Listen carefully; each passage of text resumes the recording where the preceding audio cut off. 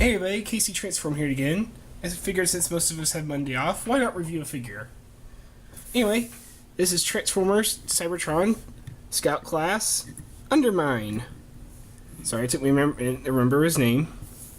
This is a figure I played with a lot as a child, even though I'll admit he was kind of boring. First off, I'm going to talk about how I actually customized this figure a bit.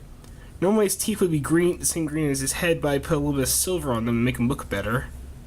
I also put some silver up the spine on this blade here that you'll see in a moment. And his heels have some gold paint on them, which is already started to chip off, of course, but that should be it. That should be all that is different. If you're wondering, this silver here is normally the same dark gray as this mace. So here's Undermine. I believe in the show he acted as Scourge's bodyguard, assassin kind of character. At least that's what TF Wiki tells me. Because I haven't watched the show in about 10 years. And he's a pretty cool figure. He was not one of my favorites as a child, but he's still a bit of fun. As you can see, he's a Spinosaurus with his robot head basically right there. I mean, you can basically tell it's his head because there's eyes sticking out the side. He is, of course, a Decepticon. And there's actually just a lot of cool detail in this. I mean, you know, he's got like a turbo kind of rocket thing on his spine thing. He's even got a little bit of detail on the head. He's got little, like, marks and stuff, and it looks kind of cool. I like the claws, how they look like they're ready to just slash apart. Even on the legs, he's got a little bit of detail. So the detailing is nice, even if it is a little bit of a wonky looking dinosaur. For size comparison, here we have him next to Clocker, who's also a Scout class, and we have him next to the Generations Springer. Quite a bit shorter than Springer, which makes sense, of course. And since he's... Oh, we should talk about his joints, shouldn't we? Well, let's start with his tail, which has a lot of joints, because it has one here, one in the middle, and then one on the little tip mace. So you could actually get his tail kind of in this curled up, you know. Or you could have him look like a slowpoke ready to fish. His legs have a hinge here on both of them. Swivel, of course. Got a hinge here. A hinge here. And a hinge at the ankle. So a lot of little foot articulation. The arms just... That's it. The neck has a little bit. And the head can move around quite a bit. Oh, and then his mouth opens. Where you can actually see his tongue, which is not painted at all, even though the bottom of his mouth is. It's kind of weird. It really does look like they should have put the paint on the tongue, not on the bottom of the mouth. Oh well. And I'm just going to go straight into transformation because it's a really simple transformation. No point in even speeding it up. So, rip off his tail. Oh, that's another thing. If you ever buy this figure, make sure, whichever version you get, make sure you look for his tail. Because his tail's probably the thing that's going to be lost at most. So, what you're going to do is just extend this out, flip this down, just straighten out the legs, make them as straight as possible. Open his mouth because it's easier to grab it like this, so you split the head, and you flip around on these hinges.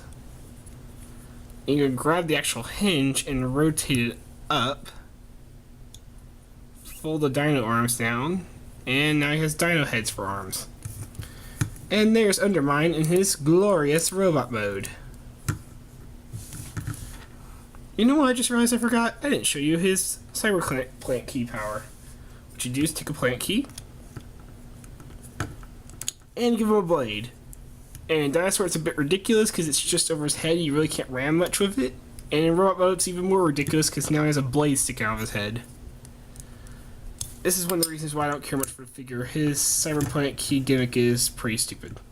Now, if you could detach the blade and have him hold it, that'd be awesome, but since you're just kind of stuck with this...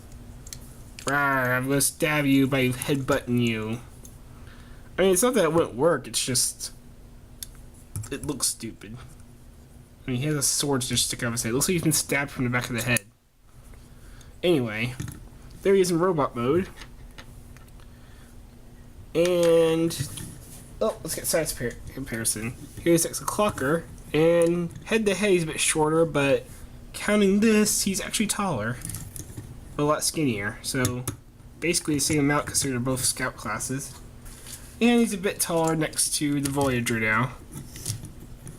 Voyager Springer, barely up to his arm. He's a short little guy. Yeah, kind of head he is pretty short for a scout, even for a scout class. But this is how he looks. Newest detail, of course, is that chest and his face. He's kind of got this. He actually does look more like an assassin now. He kind of looks like the things from Fallout 3. What are they called? Little water creature things. The warks or the quarks or something like that. I'm sure you know what I'm talking about. Well, articulation-wise, his legs are exactly the same, with all the same joints. No waist was added. He has no head articulation, but his arms have quite a bit now. The hinge here, of course, go upward. You can have a ball joint here. And what was his head joint is now his elbow joint. Or wrist joint, if you prefer. I'm going to call it an elbow.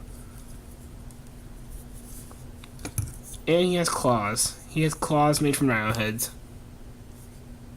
Which actually is kind of threatening if you think about it. Then, of course, he has his weapon. Has a little clip on the bottom.